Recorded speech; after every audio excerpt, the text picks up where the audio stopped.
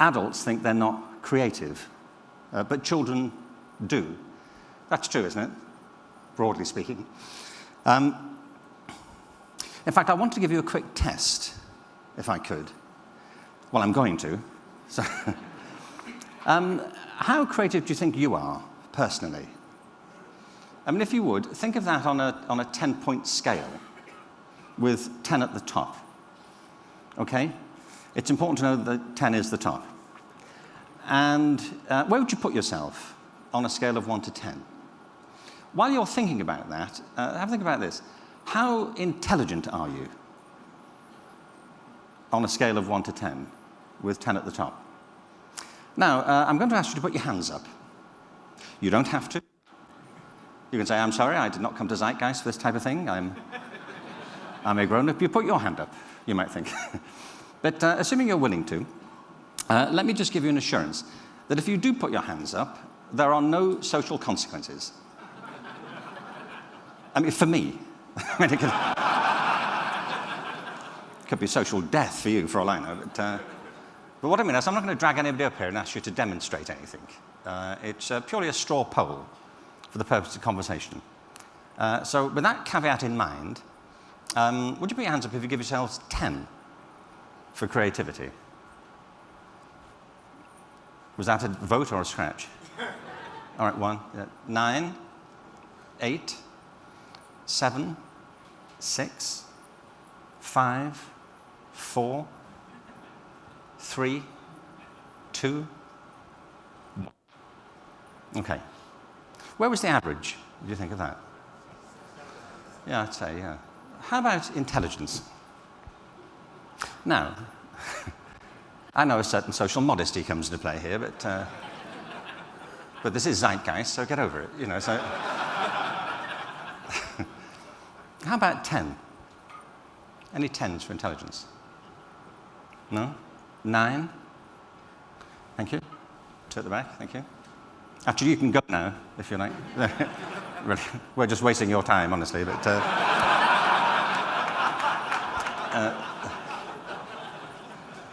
8, 7, 6, 5, 4, 3. It's getting tense, isn't it? 2. Any 2s? Okay. I never do 1, by the way. If you've got 1, you're not following this anyway, are you, to be honest? So...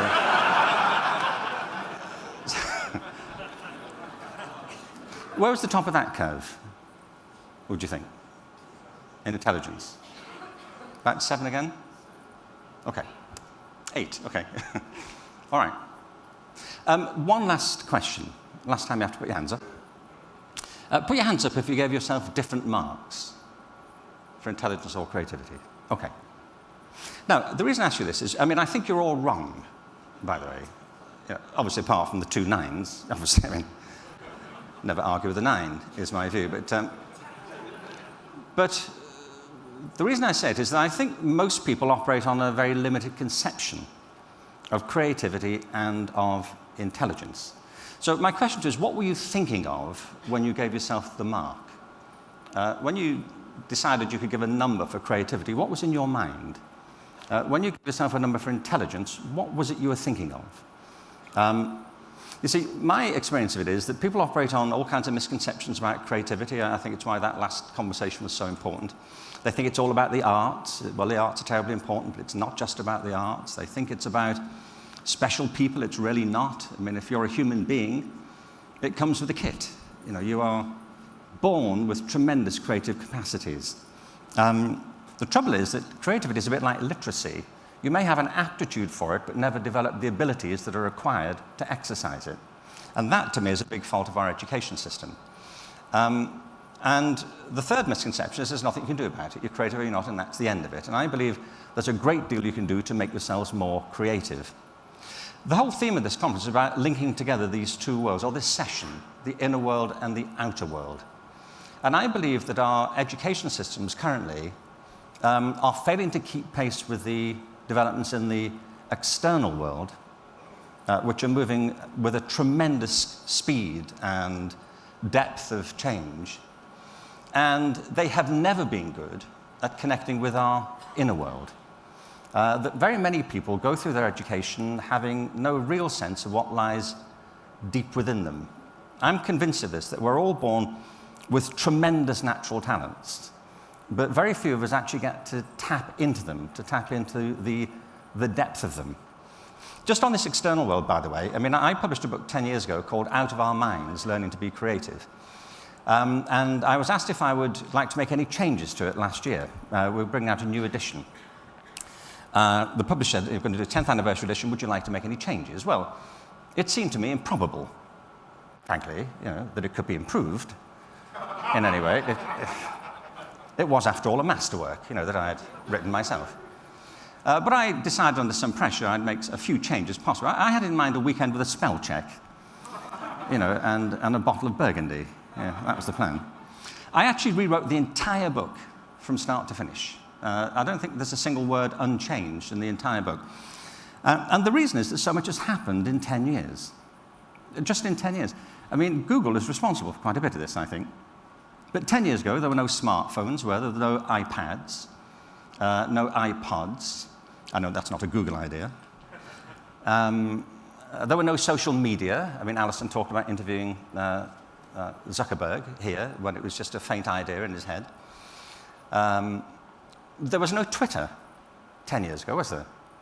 I mean, 10 years ago, people didn't tweet, did they? I mean, if they did, they were discouraged, weren't they? People would say, what was that? And do you mind not doing that again? We're trying to eat in here. If you have to tweet, go outside and do it. But now, if you're not tweeting on a regular basis, if you haven't tweeted this morning, you feel socially inadequate. I mean, this is just in the space of 10 years. So we know the external world is changing with a fantastic rate and profundity. So that's one of the reasons I wanted to rewrite the book. By the way, I rewrote the book on Microsoft Word. Do you use Microsoft Word?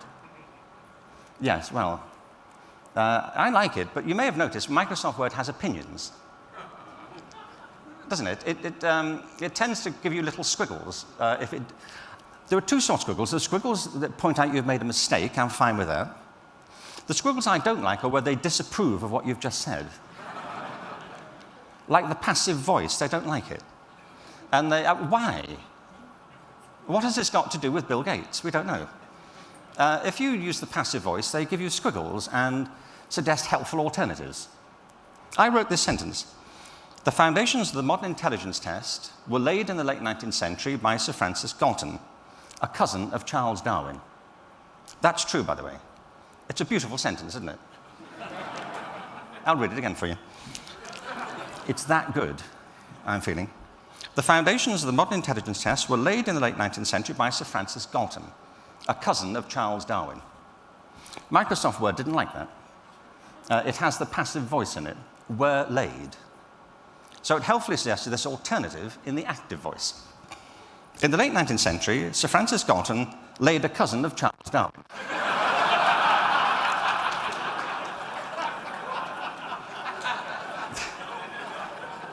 The foundation of the modern intelligence test. I thought, right down. I had no idea. But I rewrote the book using Microsoft Word, for lack of an alternative, because so much has changed in the world around us. The rate of technological change has transformed everything, and it will continue to. I mean, people here are much more expert at this than I am, but you will know, I'm sure, that 10 years from now, the book will have to be rewritten again. Many of the things that we think are so smart and groovy just now will be discarded within 10 years. I mean, I think if you show your grandchildren your iPad, they will smile at you with a kind of patronizing look of how quaint it was that you thought this was so exciting. That you actually had to hold something in your hand, like an actual object. Because, I mean, the work we've been seeing on robotics, you can multiply that with what's happening in cloud computing and everything else. It's pretty clear that 10 years from now, all of these things that we think are so advanced will be primitive, in all likelihood. The other factor is population growth. That's, I think, about to present us with challenges that people haven't faced up to. There was a very good program on the BBC. There are many good programs on the BBC. This happens to be one of them. Last year. It was about how many people can live on Earth. And it was called, How Many People Can Live on Earth? the BBC have a great gift for titles, I find. And they came to this view. You know, there are now 7.5 billion people on the planet. Heading for 7.5 billion, which is more people than the whole history of humanity, by a long way. And we don't know if the Earth can handle it. So they said if everybody on Earth were to consume at the same rate as the average person in Rwanda, you know, consume food, fuel, water, air, space. They said if everybody on Earth were to consume at the same rate as the average person in Rwanda, the Earth could sustain a maximum population of 15 billion people. So we're halfway to that. The trouble, of course, is we don't all consume at the same rate as they do in Rwanda.